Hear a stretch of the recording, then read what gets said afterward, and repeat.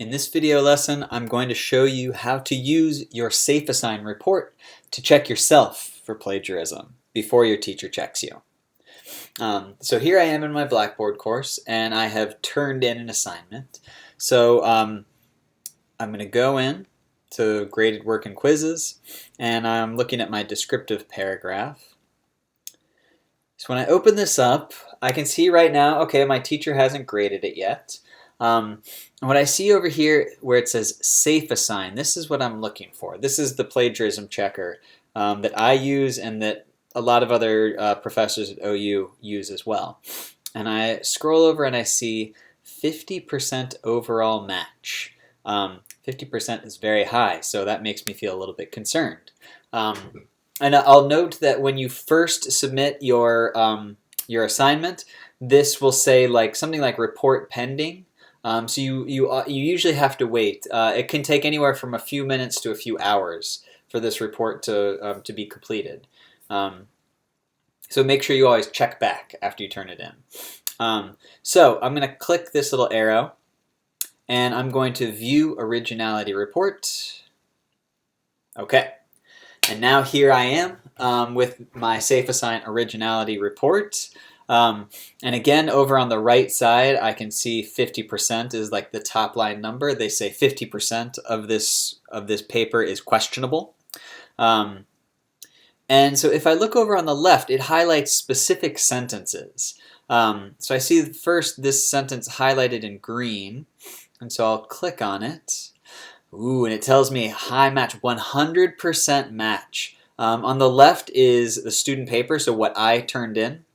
And on the right is the original source. And in this case, and it usually tells you down here, it will say something.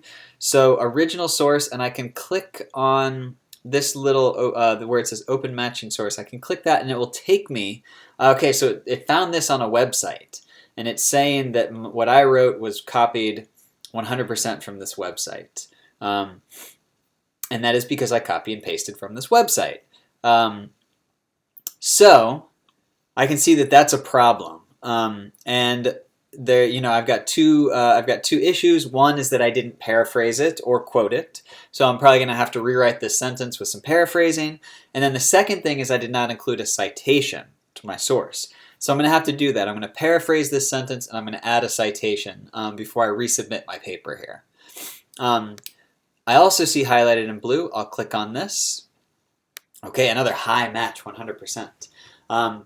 This one matches a student paper, is what it's telling me. So it's not going to let me see the source because they're telling me that another student submitted a paper with this exact same set of sentences in it. So again, only I know for sure. Whenever it says it matches student paper, only I know for sure whether I truly wrote this myself or whether I actually copied this from another student. But your professor will see this as well, so it's important. So if you see, I know if I'm a professor and it says it's a 100% match to another student's paper, and I read the two sentences and I can see, unless they're just a really common sentence that many people would write, then I would think that the student probably plagiarized. And in fact, this sentence right here, I actually copy and pasted it from Wikipedia. So it didn't catch Wikipedia, but what I've seen is that another student somewhere apparently plagiarized Wikipedia. And so as a teacher, I know this. I know that sometimes it will tell me student paper when in fact the original source was something like Wikipedia, something common that many people plagiarize from. So I think if it's a longer sentence, if it's more than one sentence, and if it's not a really common sentence that people would write, then if I see a 100% match, if you see a 100% match, then you should probably work on that sentence. You should probably do some more paraphrasing, and especially if it's something you found from a source, you definitely should include a citation to your source. So here we have a couple examples of things where SafeAssign is really helping me, and it's helping me catch things that might be considered plagiarism. But SafeAssign, it's a computer. It's not a human being, and it's not as smart as humans are. So sometimes it catches things which are not plagiarism. So down here at the bottom, this is my APA style reference list entry for my source. And you'll notice it highlighted "Is everyone really equal?" which was the name of the book.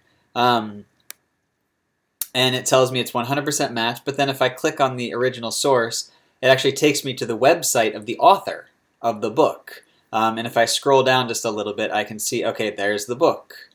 So this obviously is not plagiarism. And the same thing happens in the name of the publisher, Teachers College Press. If I open up the original source, it's again the same web page from the author. So this is obviously not plagiarism. However, it's really common for, especially on the reference list, it's really common for SafeAssign to highlight portions of the reference list. So when I see this down here, this is not a problem. As a student, I know that this is not plagiarism, and no professor will say that this down here is plagiarism. So you don't need to do anything about it.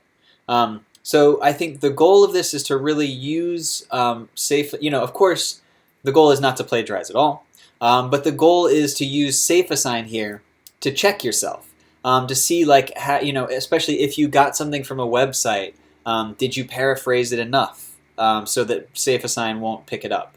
And also to double check, oh yeah, did I remember to include my in-text citation here at the end of the sentence? So it's really a good tool for you to use, but you have to do this before the paper is due, obviously. At the minimum, you need to turn it in a few hours early so you have time to check it, but really you should probably turn it in like maybe even a day early. So you have a chance to look at the report and have time to do the work you need to do to make any changes that you need to make in order to avoid any accusations of plagiarism. So that's how you can use SafeAssign to check your own work for plagiarism.